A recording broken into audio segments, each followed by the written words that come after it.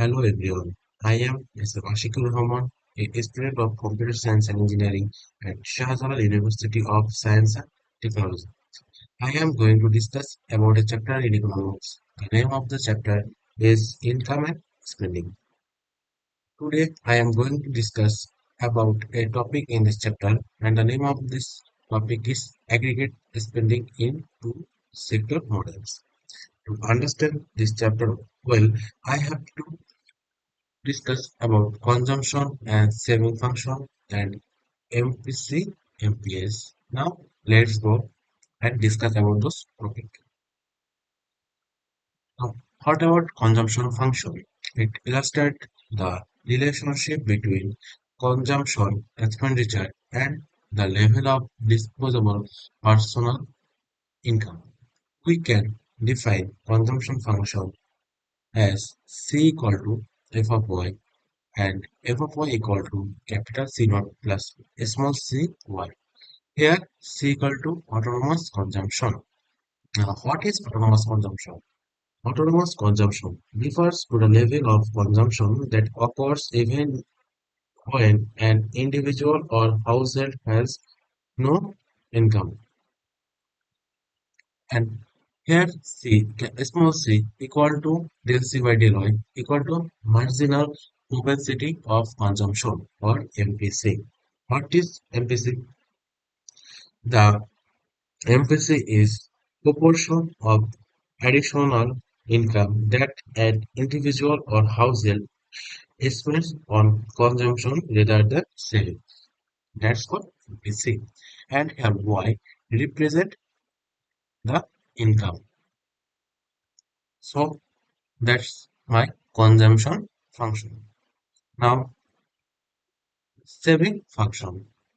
This refers to the standard equation of savings, which defines the relationship between savings and income. The value of savings can be derived at each level using the value of income. We can define the saving function as is equal to f of y. And here f of y equal to y minus c, the net income of consumption. Y y minus c naught minus small c of y here minus capital C naught plus 1 minus small c into y, and we can write 1 minus small c plus equal to beta.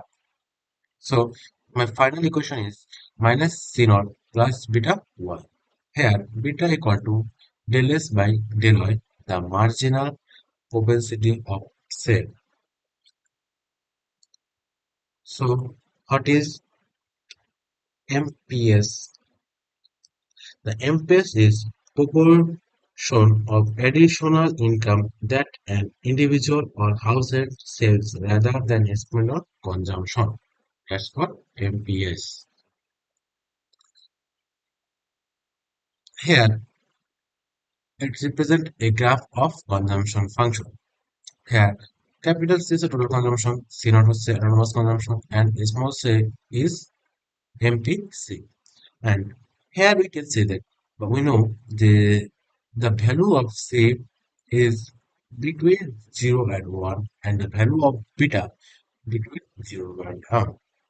So MPC and MPS is equal to 1. And there are two types of people, wealthy people and poor people.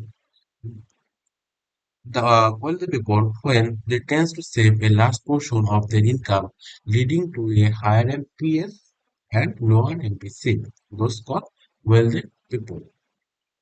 And here is a graph of income and saving curve. This graph represents the income and saving curve, where income is on x-axis and saving is on the y-axis. Properties of safeguard show how saving, how change and income increase. Here we can see there is an break-even point. So break-even point where income is equal to savings, meaning no profit or no loss. So here two zone, a red zone and blue zone. Here, red zone indicates negative savings, meaning expenses are higher than income, and blue area represents positive savings while income is higher than expenses. This represents the income and saving curve. Now we say that there are two type of people, wealthy people and poor people. We know those are wealthy people. Now we can say poor people tends to spend a larger portion of their income, leading to a higher MPC and a lower RPS. So there is an exercise. We see this exercise. Find the equilibrium level of income. Here we know that y equal to c plus I or y equal to c naught plus cy plus I naught. Here I equal to investment and other term we know well. So we can write this function y star equal to c naught plus I naught divided by 1 minus c. Here y star represent the equilibrium level of income. From this equation, we can say that throughout the change of income to an instantaneous change is income is called expenditure multiplier. Okay, now we come investment function. What about investment function? The investment function is a summary of the variable that influence the level of aggregates investment. The measure of national income and output. Gross investment, represented by Y, is a component of GDP. Here the given formula of GDP. GDP equal to C plus I plus G plus NX. Here C equal to consumption, G equal to government spending, and I was I is gross investment, and NX is net export equal to x minus m. Here, x equal to export, m equal to import. Thus, the investment is everything that remains of total expenditure after consumption. Government spending and net export are subtracted. And I equal to GDP minus C minus G minus NX. Now, investment is often modeled as function of income and interest rate given by the relation I equal to f of y with the interest rate negatively affecting investment.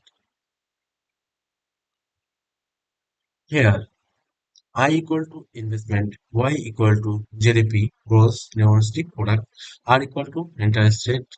As the investment function is related to r, so I equal to I naught minus r into a. I not equal to autonomous investment. What is autonomous investment? We know later. And R equal to interest rate and H equal to interest sensitivity. Here, term relationship between investment rate and investment. The higher interest rate tends to reduce investment because they increase borrowing cost.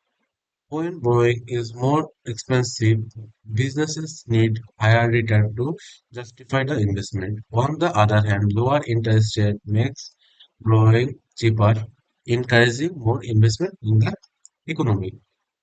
And here in the right, we can see the graph of invest between relationship between investment rate and investment. So I equal to I naught minus IS. We see this equation above. Now, what about autonomous investment? Autonomous investment is Capital expenditure that remains unaffected by change in income, interest rate, or profit levels. It is income in a inelastic, meaning it is constant at all income level, and it curves is horizontal parallel to the x-axis. That's called autonomous investment. So here is our last graph is represented. Income increase, but investment is same. So, so thank you very much.